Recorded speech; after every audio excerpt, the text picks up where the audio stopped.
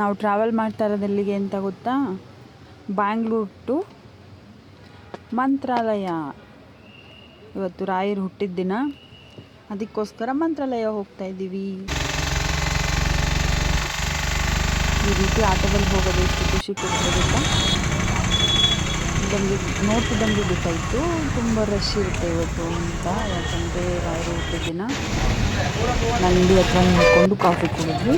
ನಂತರ ಮಂತ್ರಾಲಯ ಹತ್ರ ಬಂದ್ವಿ. ಒಳಗಡೆ ನಡ್ಕೊಂಡು ಹೋಗ್ತಾ ಇದ್ದೀವಿ. ನಾವು 3 ಜನ ಹೋಗಿದ್ದೀವಿ ಫ್ರೆಂಡ್ಸ್. ರಾಯರನ್ನ ನೋಡಬೇಕು ಅನ್ನೋದೇ ಒಂದು ಕಾತರ, ಅದೇ ಒಂದು ಖುಷಿ. ಎಷ್ಟು ಖುಷಿ ಗೊತ್ತಾ? ಈಗ ನದಿ ಕಡೆ ಸ್ನಾನಕ್ಕಂತ ಹೋಗ್ತಾ ಇದ್ದೀವಿ. ಸ್ನಾನ ಮಾಡಿಕೊಂಡು ಆಮೇಲೆ ಪೂಜೆ ಮಾಡ್ಕೊಂಡು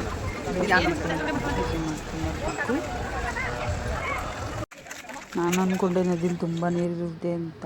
ಅಯ್ಯೋ ಒಂಚೂರು ನೀರಿಲ್ಲ ರೀ, ಕಾಲ್ಗೂ ಸಿಗಲ್ಲ. ಎಲ್ಲ ಸ್ನಾನ ಮುಗಿಸ್ಕೊಂಡು ರೆಡಿಯಾಗಿ ದರ್ಶನಕ್ಕೆ ಬಂದ್ವಿ. ನಾವು ಅಂದ್ಕೊಂಡ್ವಿ ಆಮೇಲೆ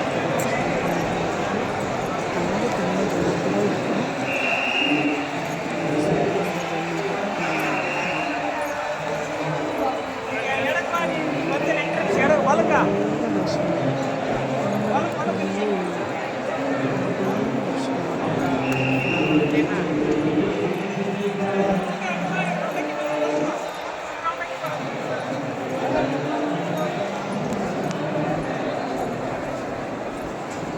ಒಳಗಡೆ ಮೊಬೈಲ್ ಅಲೋ ಮಾಡೋದಿಲ್ಲ.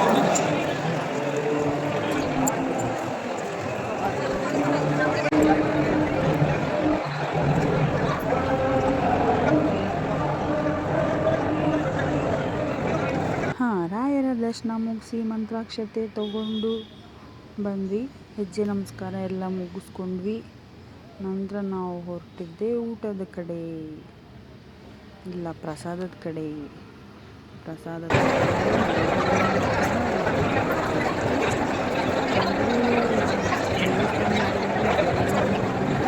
ಹೆಚ್ಚಿನ ರಶ್ಶು.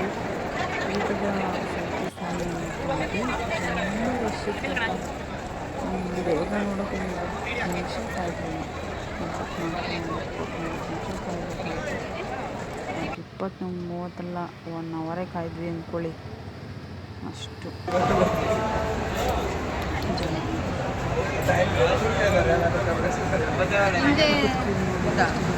ಫೋಟೋ ಇದು ಬ್ಯಾಕ್ ಕ್ಯಾಮ್ರಾ ಯಾವುದು ಹಿಂಗೆ ತೋರಿಸ್ಬೇಕಾ?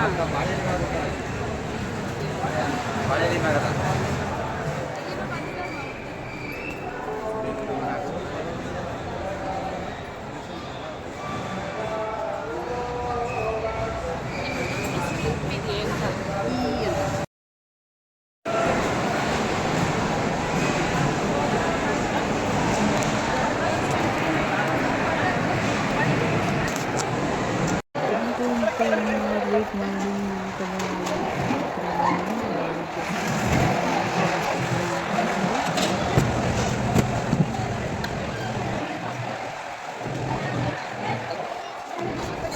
ಪ್ರಸಾದ ಸ್ವೀಕರಿಸಿ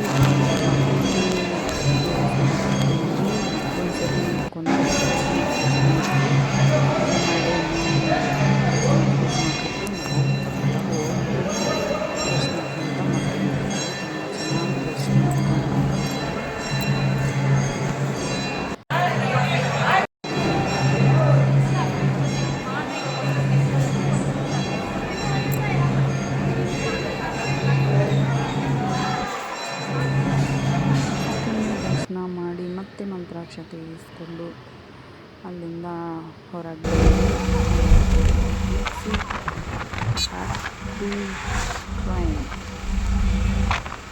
ರೈಲ್ವೆ ಸ್ಟೇಷನ್ ಹತ್ರ ಬಂದ್ವಿ.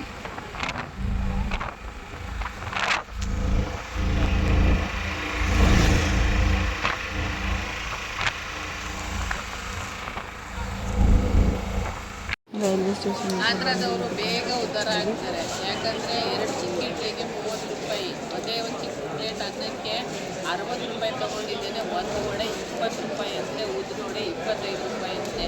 ಅವನು ಹಾಫ್ ಸೆಂಚುರಿಯಲ್ಲಿ ಮನೆ ಕಟ್ಟೋದಲ್ಲ, ಬಿಲ್ಡಿಂಗೇ ಕಟ್ಬಿಡ್ತಾನೆ. ಆಯ್ತಾಯ್ತು ಸಾಕು ಸಾಕು ಇಷ್ಟು ಹೇಳಕ್ಕೆ ಇಷ್ಟಪಡ್ತೀನಿ. ಇಷ್ಟು ಹೇಳಕ್ಕೆ ಇಷ್ಟಪಡ್ತೀನಿ. Okay friends bye. ಈ ವ್ಲಾಗ್ ನೋಡಿದ್ದೆಲ್ಲರಿಗೂ